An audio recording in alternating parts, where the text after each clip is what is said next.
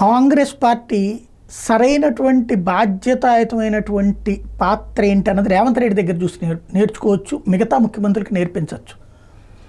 భేషజం లేని ఒక అద్భుతమైన పని చేశాడు. నిజమైనటువంటి కాంగ్రెస్ పార్టీ స్ఫూర్తిని చూపించాడు, ఒరిజినల్ కాంగ్రెస్ స్ఫూర్తిని. కాంగ్రెస్ పార్టీకి మొట్టమొదట ముఖ్యమంత్రి ఎవరు? జవహర్లాల్ నెహ్రూ. ఆనాటి ఇప్పుడు ఉన్నటువంటిది కూడా గాంధీల కుటుంబమే.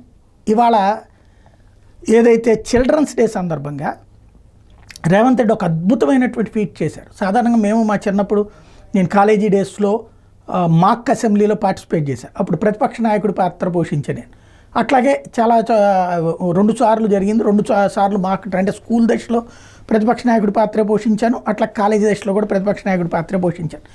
ఆ విధంగా నాకు మాక్ లైవ్ అంటే అలవాటు. అవి చూసినప్పుడు అనుకునేవాడు, మనం బయట మాక్ లైవ్లు ఇవన్నీ చేస్తున్న మినిస్టర్లు, ముఖ్యమంత్రులు, ప్రతిపక్ష నాయకులు ఇవన్నీ అసెంబ్లీలో ఎప్పుడన్నా అట్లా చేయగలిగితే బాగుంటుందని. కాకపోతే మళ్ళాంటి వాళ్ళని రాజకీయాలకు పనికిరాం, అవి చేయగలిగేటువంటి సిచ్యుయేషన్ ఉండదు. కాకపోతే ఇక్కడ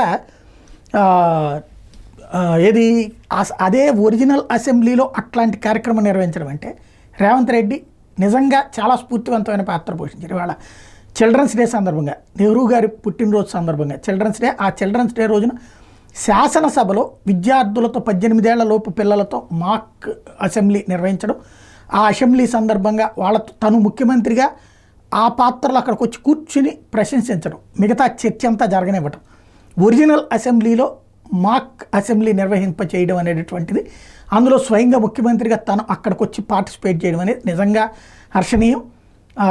ఒక రకంగా స్ఫూర్తివంతమైన పాత్ర పోషించారని చెప్పాలి.